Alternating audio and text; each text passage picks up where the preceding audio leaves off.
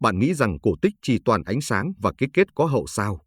Ở đây, chúng tôi mở ra những dị bản hắc ám, nơi sự thật bị che giấu sau huyền thoại. Chào mừng đến với dị bản hắc ám.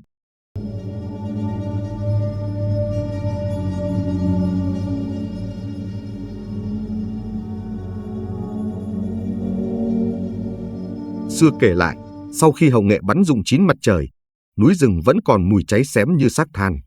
Vài đêm sau, Hằng Nga một mình băng qua khu rừng cấm để tìm linh dược chữa vết bỏng trên vai chồng.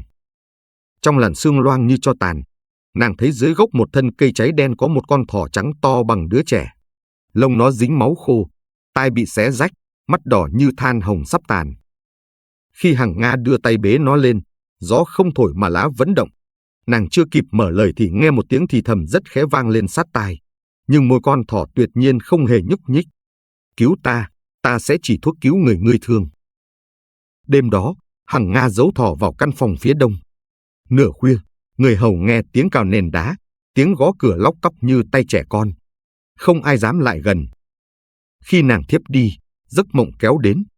Con thỏ không còn là thỏ, một thân hình nhỏ như đứa trẻ, da trắng nhợt, mắt đen giống như mực loáng.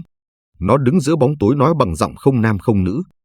Muốn luyện tiên dược, cần máu của kẻ đã nhìn thấy mặt trời rụng. Trên đời này, chỉ có một người từng ngước mắt nhìn 9 mặt trời trước khi chúng rơi xuống, Hậu Nghệ. Vì thương chồng, nàng lặng lẽ nhỏ từ vết thương vai của chàng một giọt máu, hòa vào thang thuốc linh thảo mà thỏ đã chỉ. Ngay khi máu chạm vào lò luyện, ngọn lửa chuyển màu xanh lân tinh. Trong ánh sáng hư ảo ấy, vẳng lên tiếng rên khe khẽ như tiếng trẻ sơ sinh đang ngậm khóc. Thuốc ngấm, vết bỏng trên vai Hậu Nghệ lành hẳn. Nhưng từ đó, mọi thứ bắt đầu khác. Gã tiểu đồng hầu nước sáng hôm thấy trong gương đồng mở không còn bóng chàng hiện rõ như trước. Vào buổi sớm, ánh mặt trời vừa ló lên, Hậu Nghệ đưa tay che mắt, sắc mặt tái đi, như bị thứ gì hun đốt ngược lại. Đêm đến, chàng giật mình nhìn vào vai phải, nơi vết thương từng ở đó. Có lúc chàng nói như nghe tiếng ướt át đang liếm sát da thịt mình. Còn con thỏ nó không chết, trái lại, lông mọc lại chóng muốt, thân hình tròn đầy. Nhưng dưới chân nó, từ phòng chồng đến phòng vợ, kéo dài một vệt dấu chân nhỏ lem máu khô.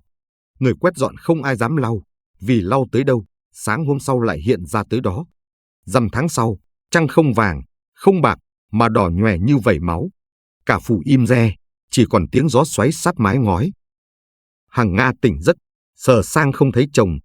Trên giường còn in vết cào dài như móng thú, máu thấm xuống chiếu, kéo thành vệt dài ra hiên sau.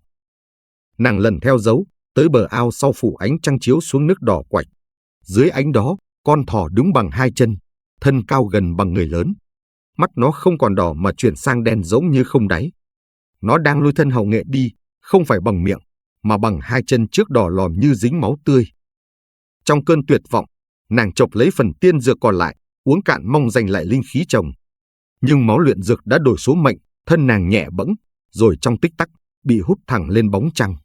Từ dạo đó, dân gian ngẩng đầu nhìn trăng đều thấy dưới mặt nguyệt mở có bóng một người đàn bà áo trắng đứng cạnh một con vật đen sì. Người đời tưởng đó là Hằng Nga và Thỏ Ngọc. Nhưng sách cấm lưu truyền của các đạo sĩ xưa viết khác.